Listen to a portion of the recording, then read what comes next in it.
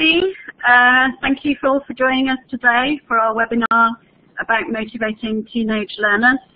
I can see you come from all over the world, lots of people from Russia, Ukraine, South America. Great. I'm actually talking to you from Denmark. That's where I'm based.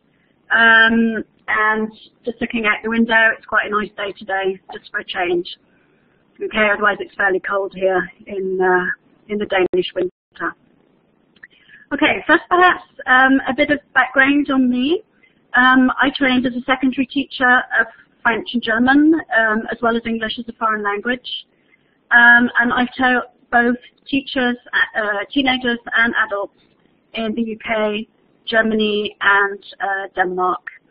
And actually, I've always preferred teaching teenagers to adults because although they can be quite challenging sometimes, I think it's really very rewarding teaching teenagers. And I think we learn a lot from them, as well as them, hopefully, from us. For the last 15 years or so, I've also been writing materials for adults and teenagers. I was one of the authors on the Global project, and I'm one of the co-authors on the new teenage course from Macmillan. Just a second. Henry, my slides aren't moving. Have another go. There we go. Right. Beyond, yeah, I'm one of the co-authors on this, along with Robert Campbell and Rob Metcalf, and this is a 6-level course for teenagers. I'll be taking some examples from this course during the webinar, but my main aim today is to give you lots of practical ideas you can use in your own classroom, whatever course you're using. There is a handout with all the links and references from the talk, and Henry will let you know how to download that, so you don't need to write down all the links and references. You can get a handout for those. Okay, should we get started then? And I'd like to start by asking you a question. And this is it. So in your experience as a teacher, what would you say motivates teenage learners? Now, I know this is what you're here to hear today, but it would just interest me. Oh gosh, there's lots of things coming in here. Innovative, creative games, movies, group work, good, yeah, interesting activities, relevant topics, yeah, definitely. Yeah, challenges, yeah, having fun, video games, tech-related tasks. Okay, good. Right, well, I'm not going to do a lot of theory with you today, but I'd like to just start by looking quickly at what Zoltan Dornyel has to say about motivational theory. Now, perhaps you know this researcher. He's one of the leading researchers in community motivational theory. And he's identified 3 main reasons which motivate foreign and second language learners. So you can see the 3 there. The first one here refers to the learner having a very strong mental vision, or we can say dream, of him or herself as a foreign language learner, in the same way that professional athletes have of, say, lifting the World Cup or getting an Olympic gold medal. So a very strong dream of what you want to be. So, for example, a student might see himself or herself as a successful business person in several years, speaking English in international meetings, or maybe just backpacking around the world and using English as a lingua franca. The second reason Dornyel identified is pressure from the learner's environment. So maybe the culture in which you teach, there are very high expectations of the learner, or maybe the learner's parents expect a lot from their son or daughter. These can be very motivating reasons to study a language. But the third area that Dornyel identified and that we're going to be looking at today is positive learning experiences. So what is a positive learning experience? A lot of you have mentioned the word fun, it's enjoyable, and certainly it's got to be enjoyable for the student. But the student also has to learn something, and it has to fulfill an aim which is part of a planned program of learning. And finally, a positive learning experience also has to be something which motivates students to continue learning.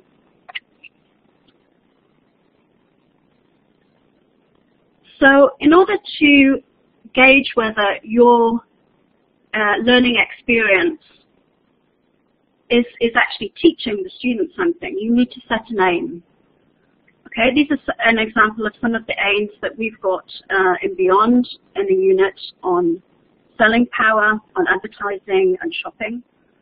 Understand speaker's intention, ask polite questions, be assertive, etc. Once you have your aim for the class, you've carried out your learning activity, it's really important that you check that the student has actually learned something from that activity. And the easiest way to do this is by the student actually assessing themselves through some sort of tick system, such as we have in Beyond, which you can see here. Or you can also use smileys, something like that. If you're using your own material or a mix of materials, you probably write your aim on the board. But remember to also check that your students have actually mastered the aim that you want to teach them. Okay, let's get on to the main part then.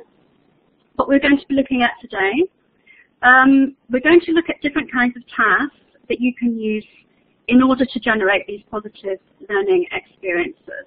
And I've grouped these into 3 areas that you can read here.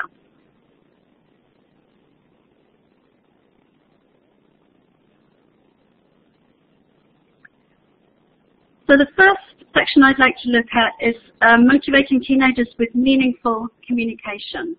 Now, how many of you teach monolingual classes where all your students speak the same language? Okay, it looks like most of you. Okay. So if you teach multilingual classes at language schools where English is the common language, then there's a much stronger real-life context for using English to communicate. In a monolingual English classroom, you've probably found that one of the reasons teenagers don't want to speak is because they say they feel silly or they feel embarrassed when they speak English. Or they say, well, why should I speak English all the time? You know, we all speak Russian or Spanish or whatever your language is. So it can sometimes be really difficult in monolingual classes to get over this sort of barrier. So in order to motivate your students to actually talk, you need to give them a reason to talk. And in the 1980s, a researcher called N.S. Prabhu carried out a 5-year classroom experiment in Bangalore, India. You might have heard of this, in which he developed a task-based syllabus. And he established 3 types of activities with gaps. So the information gap, the opinion gap, and reasoning gap. And we're going to look at these 3 types of tasks. Now, the first, you're probably all familiar with information gap activities. So where one student has some missing information, which he or she needs to get from another student. So if your lesson focus is reading, for example, you can use jigsaw reading, whereby one student reads part of a text and another student reads the other part of the text, and then they exchange information. I'm sure this is something that you use in your classes, because a lot of course books set up some of their readings like this. This one is an example from Beyond, 80+, and it's a text about 2 jobs. So student A reads about a high-rise window cleaner, and student B reads about a crocodile trainer. And then they exchange the information after they've made notes. But I mean, if your course book doesn't have jigsaw reading, that doesn't matter. You can still use this technique with your text, as long as it's a sort of text where you have 2 sections that you can easily divide up. And you can also do it with 3 or more students if you want. What about jigsaw listening? Do any of you use this type of technique for listening? Yep, some of you saying yes. No, never done it before, not really. Yeah, I think jigsaw listening isn't quite as common, but new technology now does mean that you can set up listening as a jigsaw activity much more easily. So, for example, if your students use tablets and headphones in the classroom, then you can ask them to listen to different parts of the text in the classroom. Or you can simply give students the task of listening to different parts of a text at home. So, for example, if you have something like this in your course book, this is a listening where 3 teens talk about photos that they took of wildlife. You could quite easily divide this up into 1 section for each student, get the students to listen at home, and then in the class exchange the information.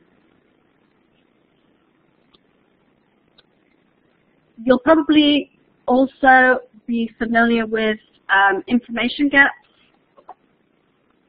Okay, these are some examples of information gaps here.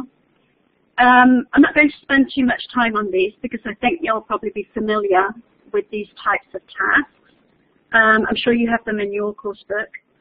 And I'm sure you find as well that these type of gap tasks really motivate teenagers to talk because they have a very concrete aim and students are interacting in a meaningful context.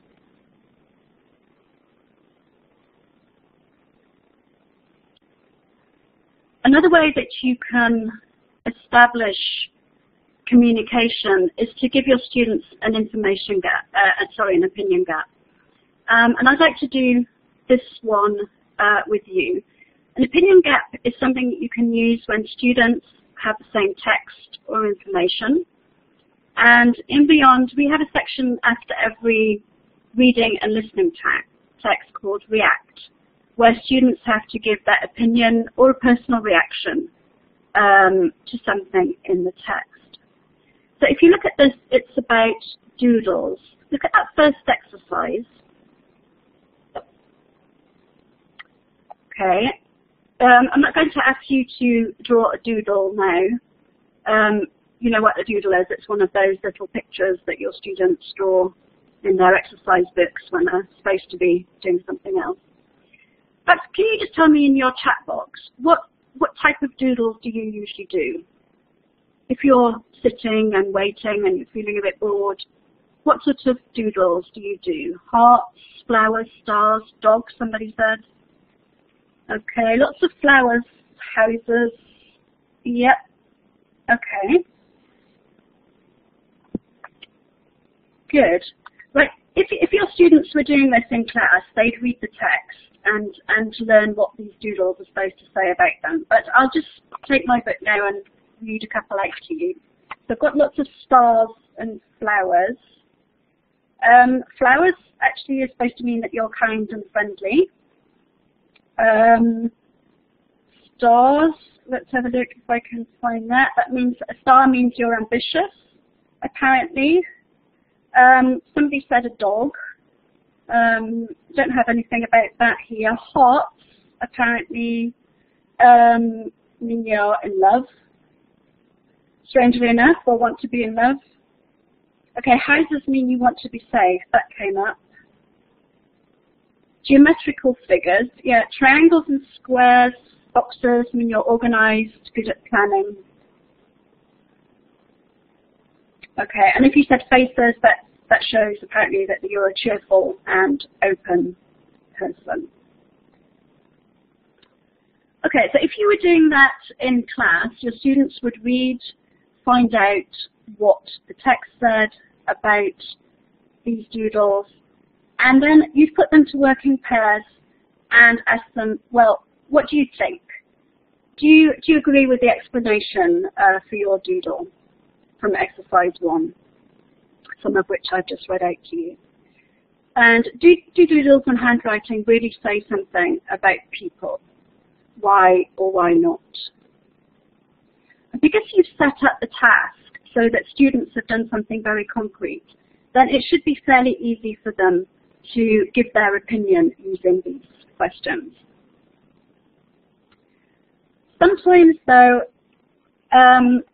students do feel a bit embarrassed giving their opinion, depending on what you're talking about, because opinion gaps tend to be quite open-ended, and the focus is then very much on the student and what they're saying when they give their opinion.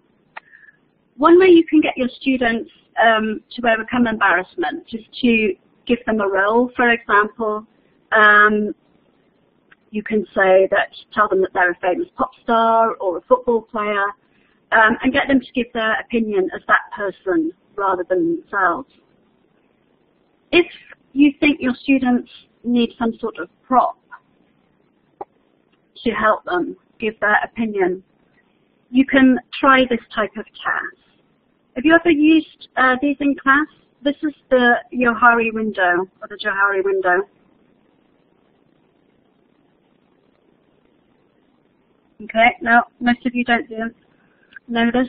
Okay, well basically, you write this window with 4 panes on the board, and you can ask your students to copy it and complete it in pairs by asking questions. So at a lower level, this could be, for example, likes and dislikes, using whatever vocabulary you've been teaching in your lessons. So for example, if we take sports, for the first window pane, students need to find a sport they both like and write it in the box. So they'd ask each other, do you like, at a lower level, do you like tennis? Yes, I do. No, I don't. And once they find something they both like, they write that sport in the box. In the second pane, then you need to find something that only one student likes. In the third, one thing that the other student likes, and then in the final box, something that both students don't like.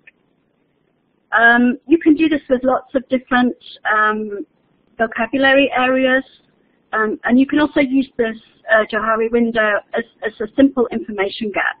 So you could do it with things like have got, or have, do you have a cat, do you have a dog, do you have a computer, etc.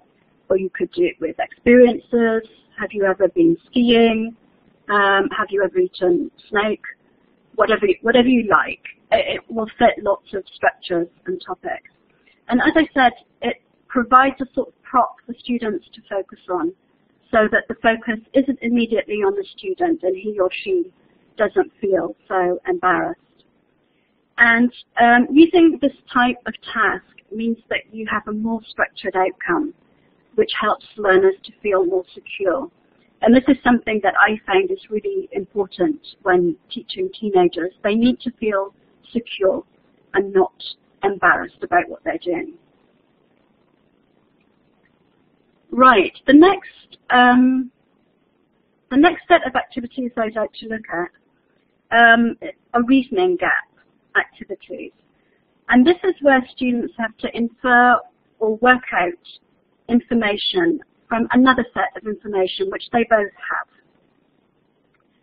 So when Prabhu did this in his Bangalore experiment, this was the type of task which he thought was the most satisfying and the most effective in the classroom, because it involved students thinking and working things out rather than just exchanging information. And I also think that this is the type of activity that nearly always motivates students to talk. Now, reasoning activities can be things like real-life tasks, the sort of thing that you often get in international exams, for example, where students are going on a camping trip together and they have a number of things that they can take, and then they have to talk together and decide which things are the most important. This is a similar type of task here from Beyond, where students have to plan a night away, and they have certain conditions. So it's very cold, it's raining, students going on the bus, and they have to say what is important for spending the night away, what isn't so important, and what isn't important at all. And it is a kind of problem solving, and students have to think as well as speaking. And usually this does mean that they're motivated to talk. I think these type of tasks are fantastic for teenagers because they often bring in a whole host of life skills, such as decision making, planning, organizational skills, negotiating, being assertive. You know, all these skills that we really want our secondary students to have when they leave school. And Rob, Robert and I did a webinar on life skills last year, and you can find that in the Macmillan archives if you'd like to learn more about life skills. And that reference is also on your handout. So as well as practical real-life tasks, one thing that always works with teenagers are puzzles. If you look at this one from Beyond, this is a partner activity that follows on from a listening interview about how different cultures interpret colours and what certain colours mean in different societies. So let's try a couple of these together, see what comes out. I think things like tomato, obviously you're going to say, yeah, it's red, unless you always eat yellow tomatoes. What about happiness? What color is happiness for you? I'll get that one. Ooh, all sorts of colors. Yellow, orange, pink, blue. Okay, red. All right. Why are you choosing those colors? What are your reasons for choosing those colors? Why would you say happiness is red or, okay, red is love, yellow is sunshine, peace is blue. Okay, it's your favorite color. Sea, nature. Great. Okay. Yeah, it's interesting that so many different answers are coming up here. What would you say? What would you say for anger? What would you say that? What color is anger for you?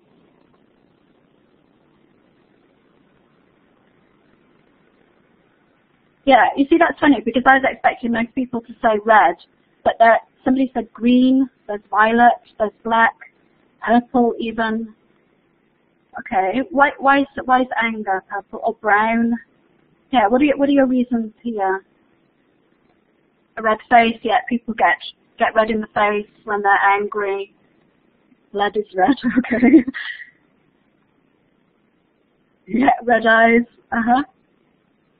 That one's really interesting. White is bleached of all good things. Good answer, very good answer. Yeah, violence. Green makes you nervous. Wow. Yeah, I think that this is one that can really generate a lot of conversation in class, and particularly, obviously, making students give their reasons why. And if you do this in pairs, then afterwards you can get the pairs to tell the class what colours they think.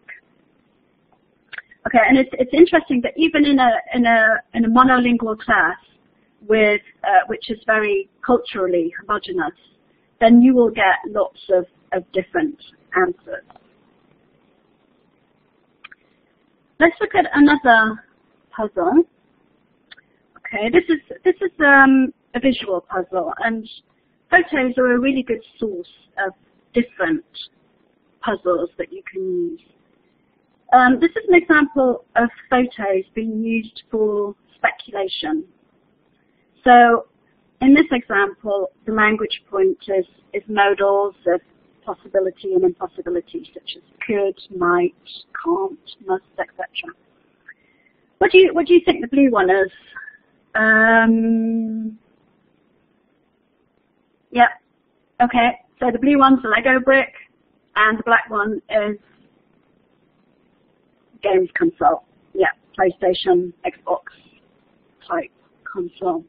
Okay, what about these? What do you think these might be? So if you're doing this with your students, obviously you're encouraging them to use these modals of speculation. So number one might be, number one is a fork. Number two. Yep, that's right, earphone. Number three, a key. I saw learned to view that. Four, sunglasses. Number five. What's number five? Yeah, it is a pen. And the last one, number six, that is, yeah, the washing machine. Okay, good. So that's something that you can do with your own photos, for example. If you go around at home, take lots of different pictures of very everyday things, and then you can just zoom in on them and show them to your class. You can also get your students to do that as well. No? But it's usually a good activity that provokes lots of communication. Let's look at another different visual type of puzzle. Now, how many of you know this painting, which is called The Ambassadors, and it's in the National Gallery? Some of you might have actually seen it in the National Gallery if you visited London. Okay, quite a lot of you know this. Do you know what that thing is at the front of the painting? If you look right at the front. Yeah, okay, so some of you have seen it, so some of you know what it is. If you don't know what it is, you can actually see it if you look at it from the right side of your screen and look to the side. I'm not quite sure whether it works on screen actually, but if you do this with your students, and they probably won't know the painting, then you can see what the object is, and there it is. There's a lot of you saying it's a skull. So this is because you have a very concrete outcome here, then it makes it much easier for students to see that there is an outcome to the activity, that they've actually learned something. And I would say in general, puzzles are motivating because they usually have this concrete outcome which learners can check. We're going to look now at critical interpretation of visuals. And these can be a bit more difficult because they're very open-ended. But I think you'll all agree that today teenagers are surrounded by images, and learning how to view images critically and interact with images is a key skill, as well as the fact that this motivates students to think. So you're looking at this photo, okay? You can give your students lots of questions. I can see that you're answering those first few questions. Look at those last two. How would you answer those last two questions here? Where might you see this photo? And who do you think it's for? And what's the message of this photo, do you think? Okay, it could be an advert, it could be a book cover, yeah, it could be a newspaper, it could be a social advertisement. Good, yeah. So what do you think the message is then? If you saw this on Facebook or in a magazine?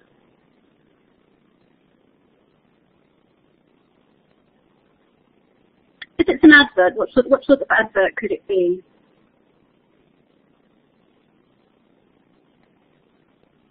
Okay, social ad for problems maybe. It could be a dating ad. Very good. Yeah, she's so sad. She definitely needs a boyfriend. Maybe advert for coffee. Although she is crying, isn't she? I don't know whether you can actually see that in the photo. Yeah. I suppose it could be, yeah, this coffee's so good it makes you cry. Okay, somebody's saying she's married, she's experienced a lot. Yeah, the coffee was bad, she's crying, yeah. She's breaking up with somebody.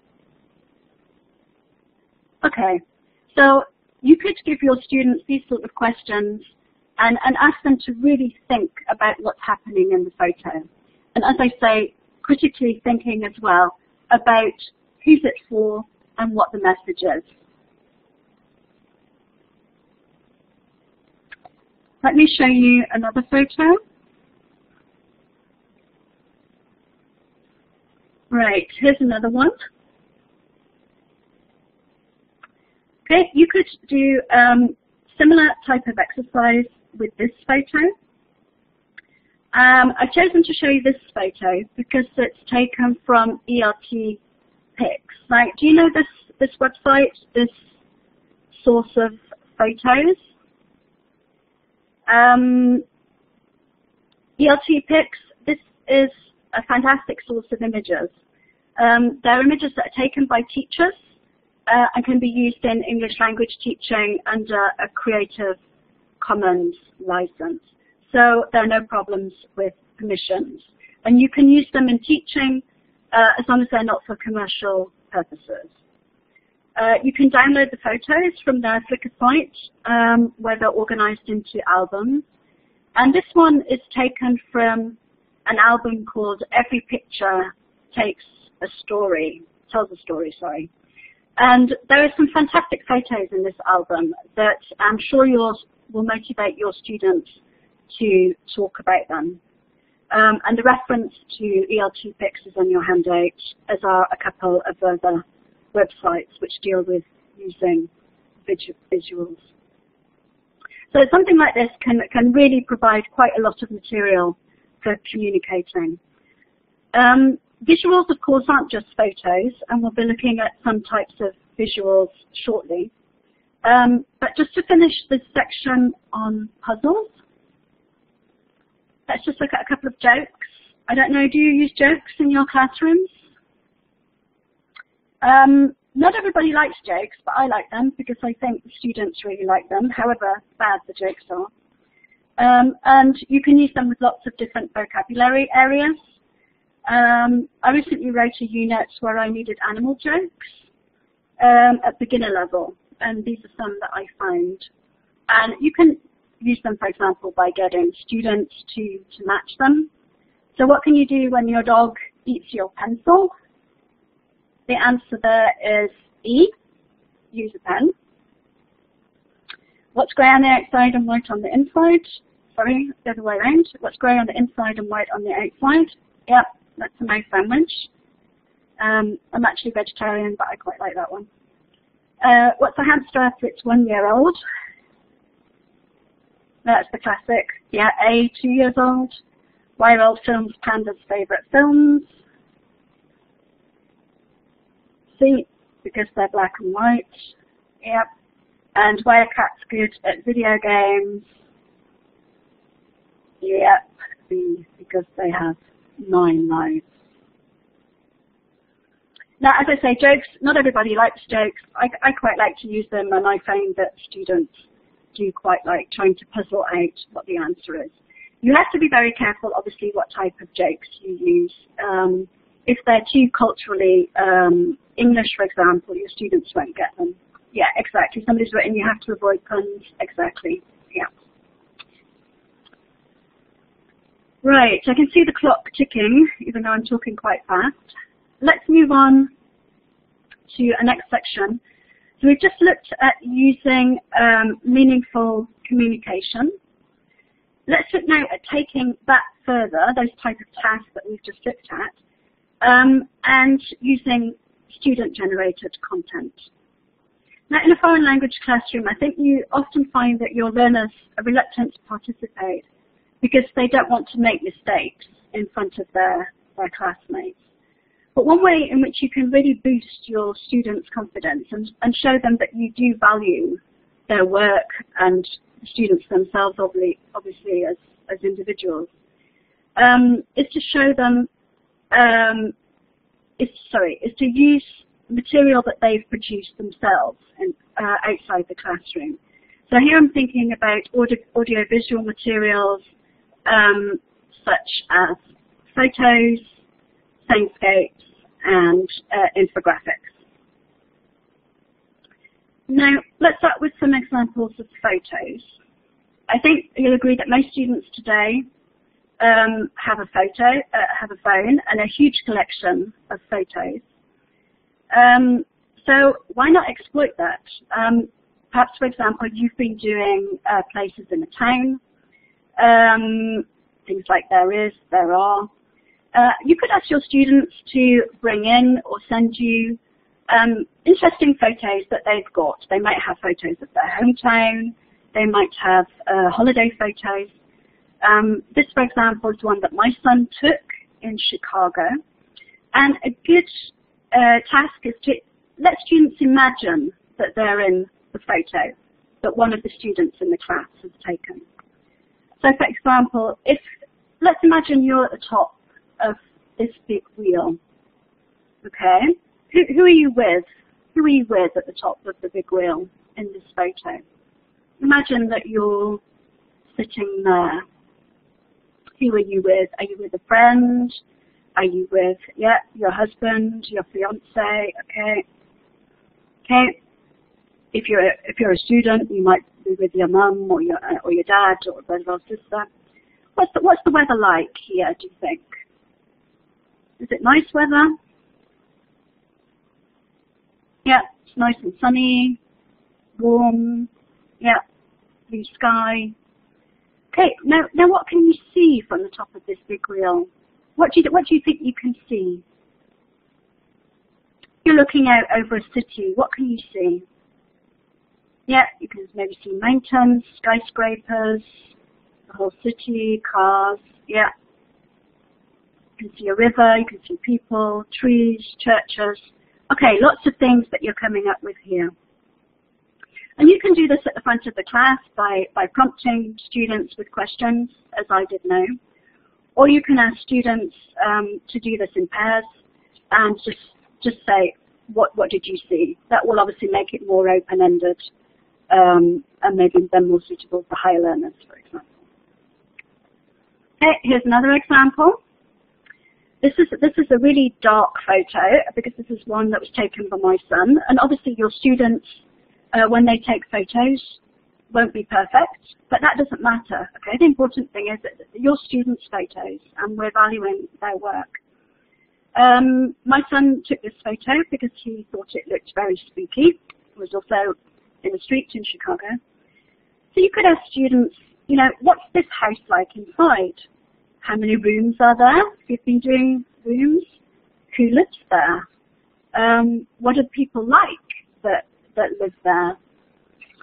You could ask them, what's their daily routine? Do they go to work? Do they go to school? What do they do all day? What do they eat for lunch? What do they like? Do they like sports? Do they have hobbies? Okay, somebody's saying they drink blood. Yeah. Okay. So you can really fire your students' imagination with a good photo, and make them invent character descriptions, biographies, daily routines, any sort of vocabulary that you've been using. Here's another one. Okay, this is you probably wouldn't find in a course book because it doesn't look very appetizing. It's also another one my son took. You could ask here, what sort of food is this? It's actually Chicago pizza pie. Do you think it's healthy? No, probably not at all. Would you like to eat it? Do you like food like this? What are your favorite foods? And you can go on to a whole host of things, depending on what the aim of your lesson is and what vocabulary you've been teaching. So you can ask your students, can you cook? Do you like fast food? Do you ever eat takeaway food? Okay. So you can also use photos for personal reactions, likes and dislikes.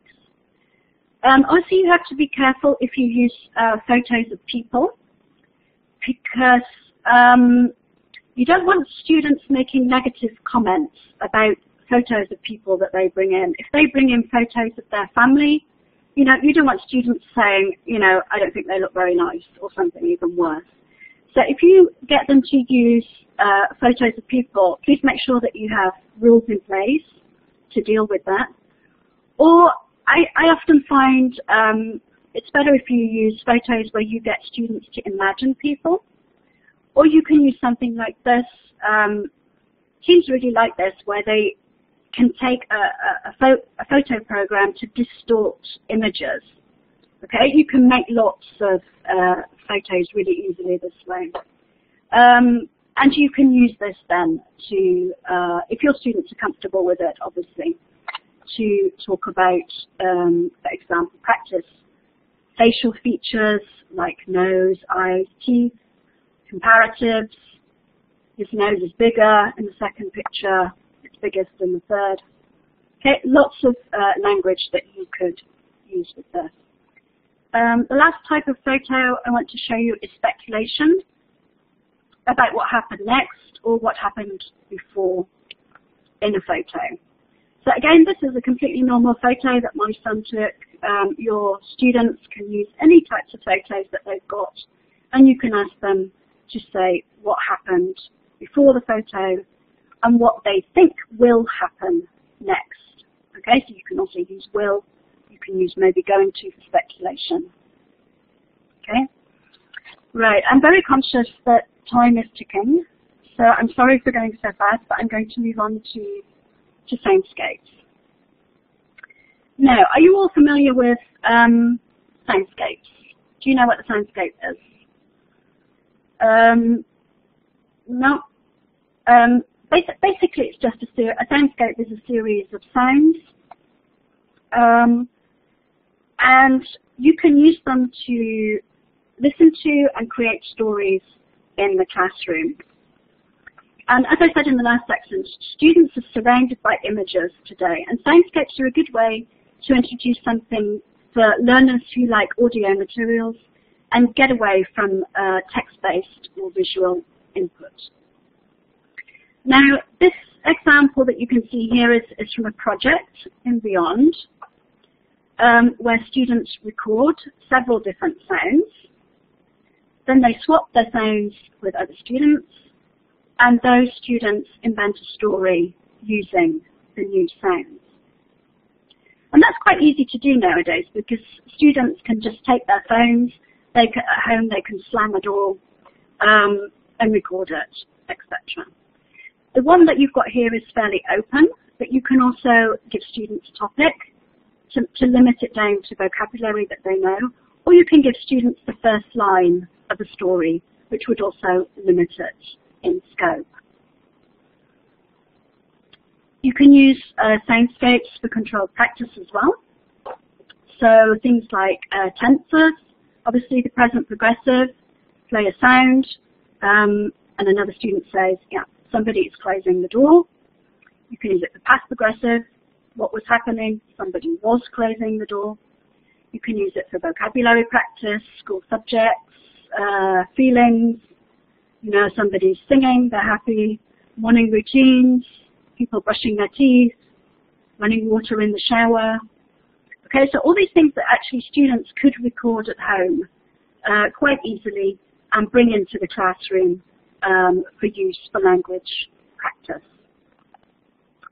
On your handout, there's a link to sounds that your students could download to a sound bank, and also there's a link to a section on Soundscapes in Nick Peachu's technology blog. The last type of student-generated material that I want to look at is infographics. We're going to go through this quite quickly. But you might have noticed that infographics are all over at the minute, particularly on the internet. And with teams, it's always really motivating to use a type of text that is very current. So an infographic, you probably use them in your class, is basically just a visual representation that's easy to understand. So they're a great type of text to use in your class. They're also a type of text that students can easily generate themselves. They can do them in class, but better at home. Okay, then they've got more time to do them and produce them. And I think you'll find that if you get your students to do this, they can be very, very creative. They can do them freehand, but if they have access to the internet, there's also lots of internet tools that your students can use. So for example, I use this one using Picture Chart, which is a really easy tool to use. Different types of infographics that you can use in your class. Numbers and illustrations, information by numbers. I did this one called My Family in Numbers, which is very easy. Students can take illustrations or photos. They don't even have to be real photos, of course, of their family, writing the ages, how many people are in their family, how old they are. They can say how tall they are, what sort of pets they have. They can even say how old their pets are if they want to. Any sort of vocabulary that you've been practicing, you can do using this type of infographic. Another type of infographic is the versus type of infographic, where you can get students to compare two types of things. So it might be here, London, New York City. You could get your students to do research, do something like that. It could be something a lot more simpler. You could get students to compare two types of sports that they like, two types of food, types of transport. Again, it really depends on the aim of your lesson and what you want to practice. And the final type of infographic that I want to show you is a timeline. You can get high-level students can use these to do research and produce timelines on things like the history of the civil rights. You can also do things like this with very simple structures such as could. You can do it with text comprehension, etc. Okay, right, we're coming to the end now. And just the last 2 minutes, I want to mention how you can change the tempo of a lesson and motivate your students like that. One reason teenagers often give for not participating in class is because they're tired, and they say that speaking English is really tiring. And I think, as we know, speaking English or speaking any type of foreign language does require a lot of energy. If we constantly ask our students to be productive in class, you know, they will get tired. They will find it hard to concentrate. And so I think it's essential to calm lessons down sometimes and provide time out from productive work. One way you can do that is by bringing stories into the classroom, cinematic listening, and fantasy journeys. Storytelling, obviously you can tell stories to your students yourself, maybe 10 minutes at the end of the lesson to let them wind down, or before you start a lesson to get them focused. Do check out David Heathfield's storytelling website and his YouTube videos. I think they're really inspiring. You can also use the audio version of readers, such as the Macmillan readers. Okay, you can just play the audio so that students are just listening. You can use cinematic listening, which is basically a story with lots of different sound effects. This is an example here. The links on your handout again. And you can also use fantasy journeys. This is something where you sit your students down at the beginning of the class and you tell them, okay, close your eyes, you're going on a journey, okay? And you list what they do on that journey, where they go, what they hear, what they see, what they smell, okay? And I think that this type of journey is really great to relax students and get them to focus. It also gets them to use their emotional side of their brain if you've been doing a lot of cognitive teaching. And it can also calm students down after a fast-paced lesson if you use it at the end of the lesson. So I've rushed through that last bit, but here's a quick summary of what we've talked about today. a little bit about motivational theory and setting aims, how important it is to use meaningful communication, how you can use student-generated content, and how you can motivate your students with a change in tempo. So apologies if that was always rather fast. Thank you so much for joining me today. I think we've probably got about 5 minutes if you do have any questions. But otherwise, thank you very much. Thank you, Rebecca. I still can't turn my camera on, so you'll just have to hear my voice. As Rebecca said, we've got 5 minutes where we can speed through some questions now, if you'd like to put those in the chat box, and then Rebecca can pick some out. And then I'll share the certificate and the handout as well with everybody too. So just right now, if you have any questions for Rebecca.